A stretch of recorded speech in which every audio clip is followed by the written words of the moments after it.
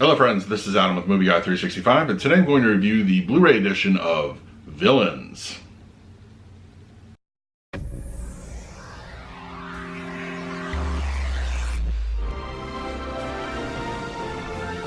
If you're new to the channel, please hit the like button, subscribe, hit that bell notification. I put out videos every single day. You can also find me over Twitter and Instagram at Movie Guy 365, as well as over at the Disney Magic Hour podcast. I will leave a link for that in the description.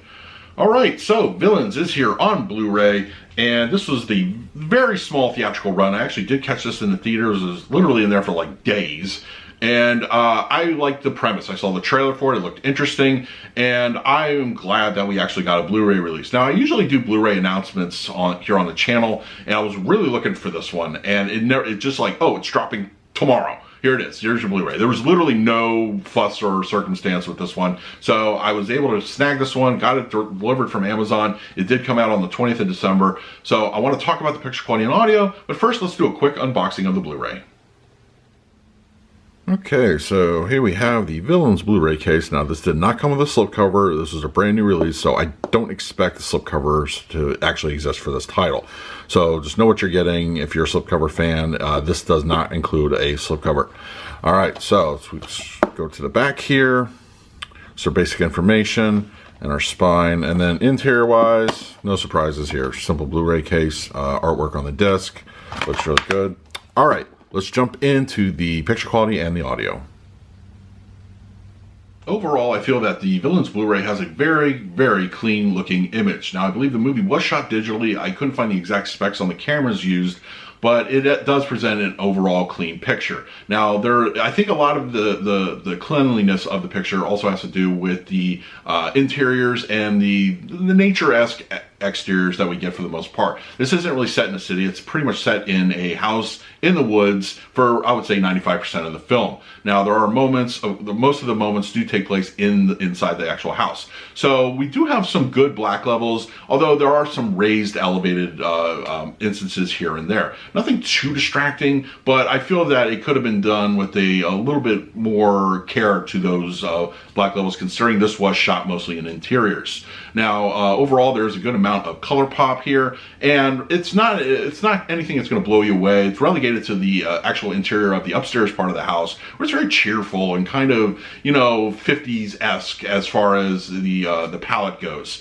Just the decorative and the aesthetics alone make it like a very pleasing image, and there's a fair amount of detail here and there. It is, you know, Keira Sedgwick, her outfits are very 50s-esque, and they really look really good. As I said, the black levels do get raised a little bit here and there, but it's there's a couple dark shots that really stand out, especially like when the part of the basement is explored by our main characters, and you can just tell it's not as deep as you would have liked. But overall, I do think that the picture quality is fairly good.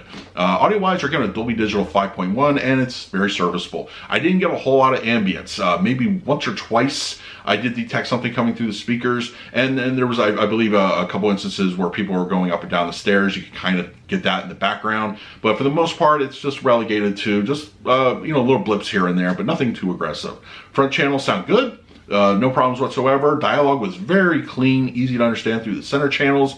LFE kicked in, I think, maybe once, that I could really just, when I was paying attention, I could really detect any kind of LFE. But for the most part, it's fairly just, it's not that kind of movie. It's very dialogue driven. So of course you're going to get a lot going on. I think maybe a thump or something, you know, you kicked it in for a brief moment. But for the most part, it's just a very front heavy kind of soundstage as we get. So overall, I'm going to go ahead and give the picture quality a B-. I think it's good. It's not the best I've ever seen, and I think it could have done a little bit more service with the black levels, but I think it works there. And the audio quality, I'm just going to give it's just a C. It's nothing special, nothing to write home about.